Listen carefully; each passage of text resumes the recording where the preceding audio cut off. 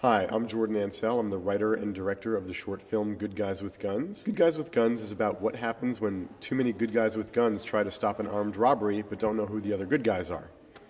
I decided to make this film because of all the gun violence that has been proliferating the news lately in our society, and I thought it was an important story to tell. My film is called Crick in the Holler, and it's set in 2014 against the backdrop of the Elk River chemical spill in West Virginia. And it follows the story of Dawn, who is a first-generation college student. She's supposed to be taking care of her little sister for the weekend, but once she notices that something's wrong with her tap water, she starts investigating, and kind of, that's really what the film is about, is her trying to figure out what's wrong with her family's water supply, while also dealing with her younger sister and her uncle, who kind of brush it off and don't take it as seriously. There are so many films here that I'm excited to see. A filmmaker who went through my same graduate program. Her feature is screening, I believe, tomorrow night, The Strange Ones, and I'm really excited to see it. And yeah, there's so many films that I'm excited to see. The film's called Submission, and it stars Stanley Tucci and Kira Sedgwick and Addison Timlin, and it's based on a national best-selling book called Blue Angel by Francine Prose. And it is really a spectacular book, and it's sort of a commentary on political correctness and certain issues that are very topical of the time, college politics, sexual harassment, and it's about a professor, a creative writing professor at a small liberal arts college who gets involved with a very talented and inspiring student. And I don't want to give too much away, but it's about the dynamics in their relationship and touches on themes that are very relevant to what's happening today. I'm looking forward to exploring Woodstock for one thing, but also I think this is sort of the perfect place to show this film. I'm curious and sort of excited to see what the reaction is going to be. My film is called Thank You for Coming, and it is a personal documentary about finding out that I was conceived by a sperm donor as an adult. Well, I found out that I was conceived by a sperm donor when I was 29 years old, and sort of sat with that information for a number of years, and then with all the changes in genetic genealogy and Ancestry.com and 23andMe and all the things that technology has made possible, I started to dig a little deeper and wanted to go out into the world and figure out who my donor was. My film is called 32 Pills, My Sister's Suicide. It's a personal documentary, and it's about my sister Ruth, who was a wonderful artist and a terrific athlete and successful in many ways in her life, and struggled with mental illness and ultimately committed suicide.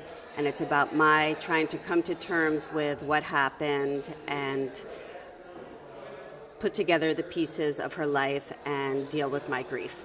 I'm really hopeful that my film will help other people who've been through losing someone to suicide to feel less alone, to encourage people to open up and speak more honestly about mental illness, and to lift the stigma that so often surrounds suicide, mental illness, and even addiction and alcoholism. My film is called The Bachelors. It's a father-son story in a sense, with other things going on as well. It's about a father and a son who have lost their wife/mother, and how they start their life over again and try to rebuild, and the people and the women who come into their lives and contribute to their effort to begin anew.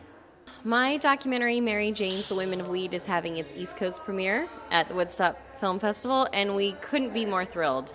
We had a fabulous screening at the Mill Valley Film Festival, and it's wonderful to continue the conversation about cannabis in this country in, one of the cannabis meccas of the world, Woodstock.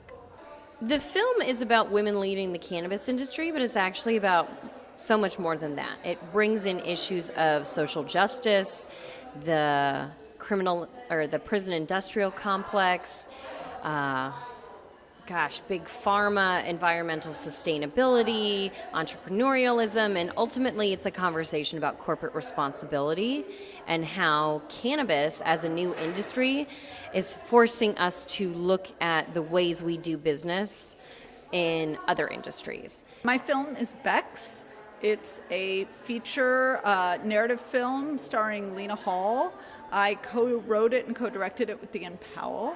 And it's a lesbian musical, for lack of a better term. I hope that people